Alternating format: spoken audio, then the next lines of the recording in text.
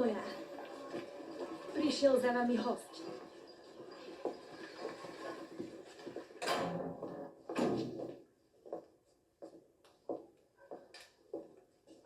Čakáš niekoho iného? Čo to už zase robíš? Hovorí sa, že ten tvoj Ján, váš syn, a aj tvoj natvrdlý brat Miho utiekli z boiska. Áno. Ale bohužiaľ rozhodli sa, že pôjdu domov cez Valašsko. To bol hĺbý nápad. Vlad, dosť nepríjemný chlapík, ak si spomínaš, ich totiž zajal. Odkiaľ o tom vieš? Vlad väzní tvojich príbuzných v Tyrgovišti, kým si ich neprídu vyzdvihnúť Muradovi muži, aby ich odviedli k jeho katovi. Tak nie je neskoro. Môžeme ich zachrániť. Úžasný plán. Áno. Zhromaždi svojich vojakov a vyjazd do Valašska. Prepáč, zabudol som. Veď ty nemáš vojakov. Rád by som ti pomohol, ale Vladovo územie je za našimi hranicami a tam nie som povinný ísť bojovať ani na kráľov príkaz. Navyše, ako som počul, kráľ hnie niekde na poliach pri Varne. Po kusoch. Rozprávaš ako celský. Ty mi nechceš pomôcť? Nechceš pomôcť Janovi a ani nášmu synovi? Máš predsa armádu, no tak. Prosím ťa.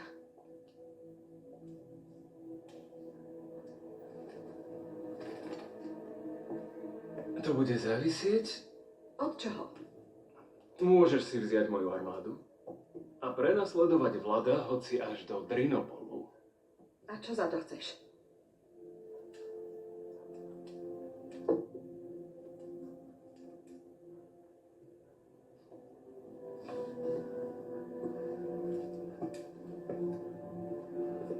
Iba jednu noc. Tu, čo mala byť naša svadobná. Tú, na ktorú som mal právo. Môžeš mať každú ženu, ktorú chceš. Presne tak. Ale ja chcem teba. Radšej sa vyspím so žobrákom, ktorý má svrap. Ak ich poprosíš, možno ti pošlú telo tvojho syna. Či to, čo z neho zostane. Potom si spomeň na tieto chvíle. Spomeň si aj na tieto slová. Ja si spomeniem. Do zajtra využijem pohostinnosť tvojho hradu. Tak premýšľaj.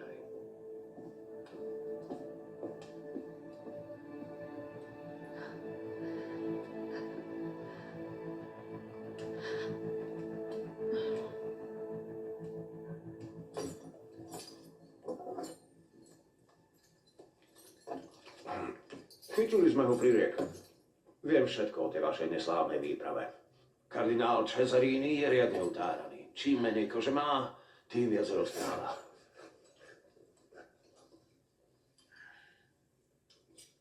Hádam ho neľutuješ. Dostáva, čo si zaslúži. To je môj dar. Pre teba.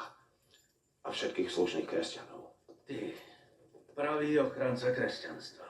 Vieš, Jáno, starý priateľu. Moja vlast, Valašsko, je malá krajina. Z jednej strany na nás tlačia Uhry, z druhej zasa Turci. No je medzi vami jeden veľký rozdiel. Turci sa nás nesnažia obrátiť na islám. Na rozdiel od vašich inkvizítorov, čo nám vnúcujú vieru v pápeža. Je zázrak, že sme ešte stále tu. A čo tvoja hrdosť? Na čo by bola mŕtvole hrdosť? Mňa aspoň porazili na boisku. Ale teba? Teba celkom bez boja. Tvoja krajina skončí ako tá moja. Chce to iba čas.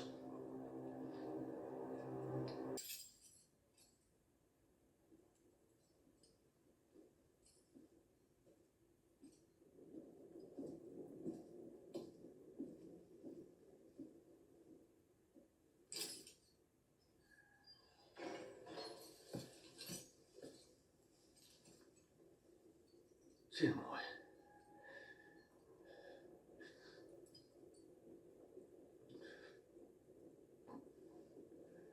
Nebol som ti dobrým otcom. Ani som ťa nevychoval. Trávil si viac času s Mihom. a vitezom než so mnou. Naučili ťa všetko, čo vieš. To nie je pravda. Bohužiaľ áno. A teraz to už nedokážem napraviť. Ale jednu vec urobiť môžem. Dostanem ťa odtiaľto. A budeš žiť.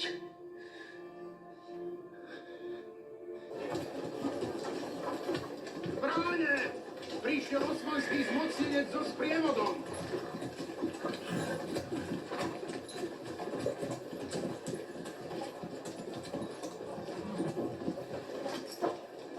Otec, zaved nás k tým zajatcom.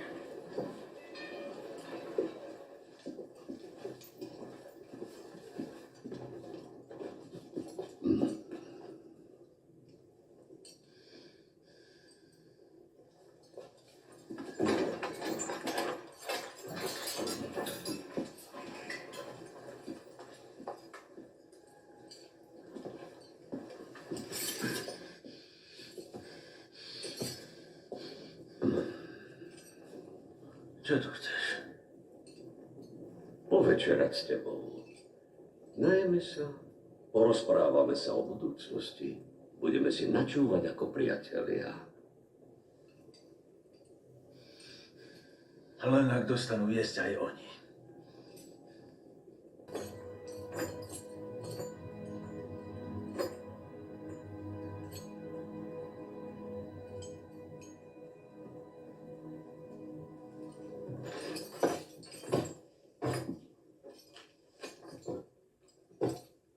Si dôstojný protivník.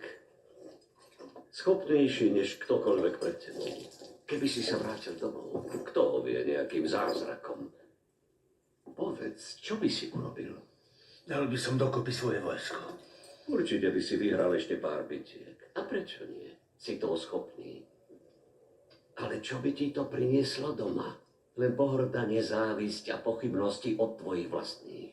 Napokon by ti podrezali hrdlo tí, ktorých si chcel chrániť. Veľký Jan Huňady. Môžeš vyhrať zo pár biciek, ale vojnu nikdy. Osmanská ríša stojí na viere, na neporaziteľnej vôli, ktorá stále rastie. Nás nezastavíš. Čo mám teda urobiť? Bojuj. Na víťaznej strane. Na tej našej. Len ma vypočuj. U nás nie je vnútorných rozporov a ani náboženských vojen. Vychádzame aj s kresťanmi, pokiaľ nám platia dane. Koho pri sebe znesiete vy? Pohrdate ešte aj svojimi vlastnými. Prečo s nami vedieš vojnu? Aby som chránil svoju vlast, svoj národ a vieru. Svoj národ? Veď sme pokrvní príbuzní. Maďari, Kumáni, Turci. Všetci sme vnukmi Attilu. Bojujme znova spolu. Nech je tento náš, Huňady. Mohol by si veliť najväčšej armáde. A tvoje meno budú ospevovať aj o 1000 rokov. Alebo radšej zhnieš vo Vladovom žalári?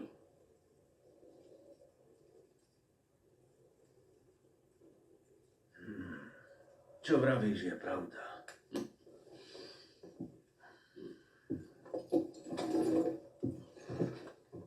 Naozaj nedokážem poraziť vašu ríšu. Ale to som vedel už, keď som stál s vojskom na poli pri Varne. Aj keď som po stovkách kosil janičiarov, keď som mužov viedol do útoku za útokom, vedel som, že prehráme. A predsa, urobil by som to isté znova. Ak bude treba, postavím novú armádu. Už nikdy svoju armádu znova nepostavíš, Janku de Hunedoára. Pretože zomrieš. Až po tebe.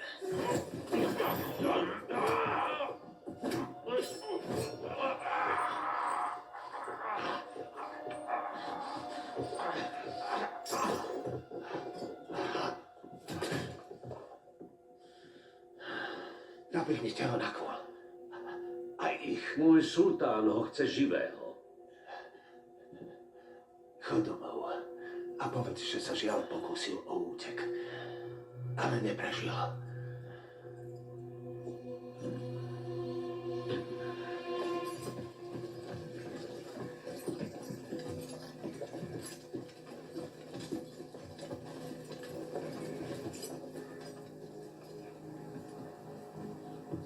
Mňa môžeš zabiť, ale ich nechaj žiť. To o mňa ti ide. Dobre, Janku.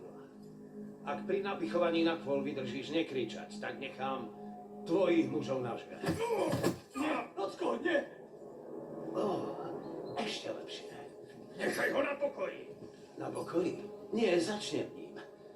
A ty sa budeš dívať. Žiadaj čokoľvek. A ja ti to splním. Neukážem strach. Chceš ešte niečo povedať? Kým budeš schopný už len volať? Ha? A ty, Jan Huňady? Neopováž sa. Pomstím sa ti aj zo záhrobia. No, čo povieš, syno? Ušetríme mladého Huňadyho. S ním si rob, čo chceš. No jeho otec patrí Mehmedovi. Vidíš? Nie je v ňom kúska zľutovania. Môj syn je už ako ja. Oplach! Útočí na nás jazda! Bránu! Zatvorte bránu! Už sú Všetci na hrady!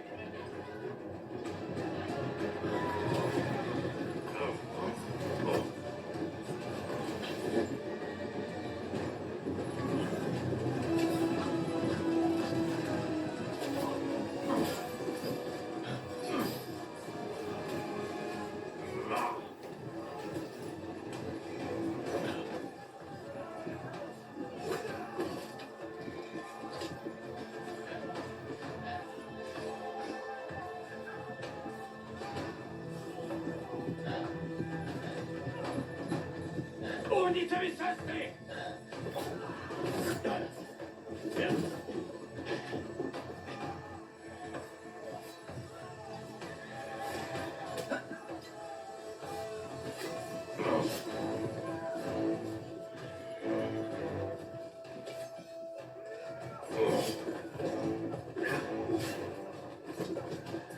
Bežte on! Do zbrane!